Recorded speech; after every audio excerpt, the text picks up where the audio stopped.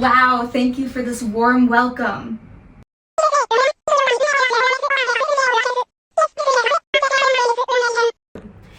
It was really inevitable. I just sped up the process. I'd love to. After the revolution of 1848 and 49, France and Austria took Italy back. A lack of a strong leader. I believe so. I had been Prime Minister of Piedmont for some time, and with my infrastructure, I could generate funds to create a large army. Certainly. I modeled my constitution after the French Constitution back in 1830. I granted some civil liberties, I had it run on elections, and I gave the power of taxes to Parliament. On my own, though, I issued the law of convents and the Saccardi law, both of which sought to reduce the power of the church.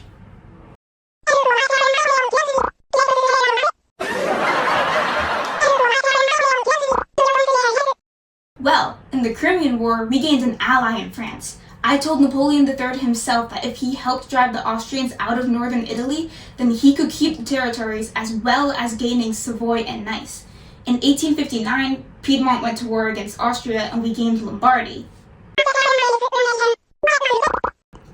France briefly helped us, but ultimately backed away, leaving us to rely on the nationalists of northern Italy to unify with Piedmont. I'd probably just ask him why he did it. Oh my god, Jimmy, you didn't! Napoleon, it's so good to see you. So good to see you too, Kamala. What's up, Jimmy? When Jimmy asked me to be a guest, I couldn't miss the opportunity. Well, Napoleon, we were just talking about that war with Austria back in '59, and I was just looking for some closure on the reason you decided to back away instead of helping us. I admit it, my reaction was one of fear. There were so many factors that scared me. The war in Prussia, Austria's military power, the revolutionary unrest in northern Italy, and public concern over a war with a Catholic Austria. It keeps me up at night knowing that I let you down, and I hope you can find it in your heart to forgive me. Thank you, Napoleon. I needed that. Right here. I'll see you, man. See you, bro.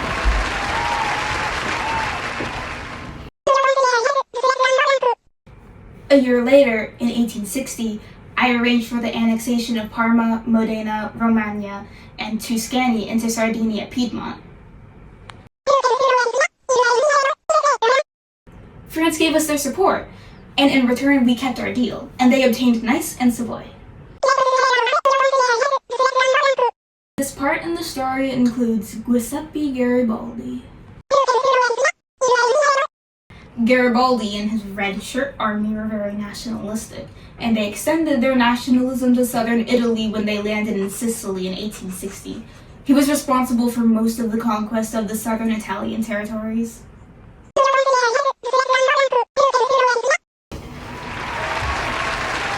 Long time no see!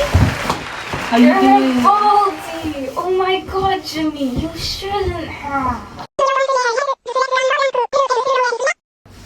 No need to catch me up, I was already listening. In the month of September, in the year of 1880, me and my army took control of Naples and the Kingdom of the Two Sicilies. Victor Emmanuel encouraged my exploits into South Italy, but it took Camillo some time to warm up to me. Yeah. I wanted Piedmont to be the foundation of a unified Italian nation. You know me, I'm always willing to help a bro out, so I let my conquests get absorbed into Piedmont. Victor Emmanuel was declared King of Italy in 1861.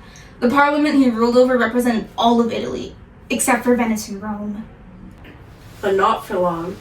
In 1866, Piedmont agreed with German Chancellor Bismarck to open a front against Austria during the Austro-Prussian War.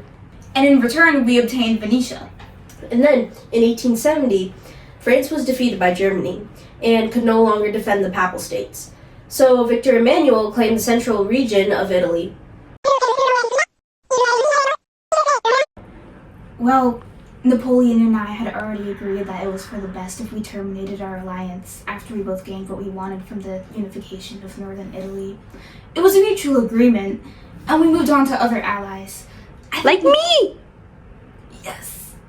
I think Napoleon used this as an opportunity to take some time to himself and focus on his country.